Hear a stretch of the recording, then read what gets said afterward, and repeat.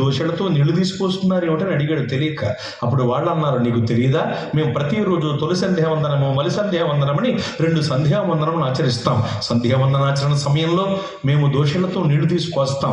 మేము పోసేటువంటి నీళ్ళ వల్ల పాతాళంలో ఉన్న ప్రజల గొంతులు తెరిచి వాళ్ళ దాహం తీరుద్దని చెప్పారు. అప్పుడు వెంటనే వీళ్ళు చూశారు, ఎట్టిది చవటలు కక్కుంటా నీళ్ళని తోడెత్తనని చెప్పి ఈ 5గురు, బాబో ఇటు ఏం చేస్తున్నావు, అడో ఏం చేస్తున్నావు, ఏరు నుంచవా, ఇటు పక్కన మళ్ళీ వేస్తావా, ఖాళీ చేస్తావా, నీళ్ళేంటన్నా తోడెత్తనా ఉన్నారు వాళ్ళు.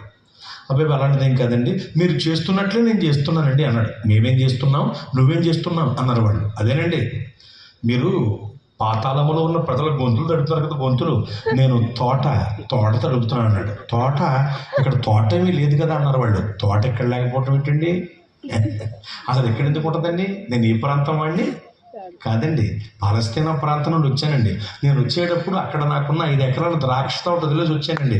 నేను వచ్చే కాండి ఆ తోటకు నీళ్లు పెట్టిన వాళ్ళు లేరండి. ఎలా నీళ్లు పెట్టాలి, తోట ఎండిపోద్దేమో ఆలోచన చేస్తుంటే ఈ లోపల మీరు తగిలేరండి. మంచి ఐడియా ఇచ్చారు. మీ ఐడియా నా జీవితాన్ని మార్చేసి. అంటే వాడుక భాషలో చెప్తున్నాను మీకు, మరోళ్ళు అనుకోకండి, వాడుక భాషలో చెప్తున్నాను. మరి మీరిక్కడ ఉంటే పాతాళములో ఉన్న ప్రజల గొంతులు ఎలా తడుస్తాయో నాకు చెప్పండి అన్నాడు.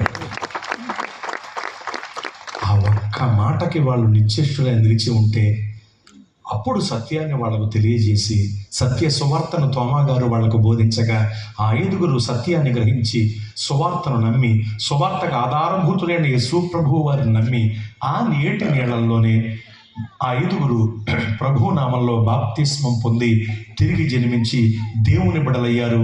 దేవుని సేవలో తోమా గారికి సహకారులయ్యారు. వాళ్ళ పేర్లు గోత్రాలతో సహితంగా నేటి వరకు ఆ ప్రాంతంలో రాతి మీద చెక్కబడి ఉంటుంది వాళ్ళ చరిత్ర. మొట్టమొదటిగా మన ఇండియా దేశంలో శరీరులకు దేవుడు స్తోత్ర.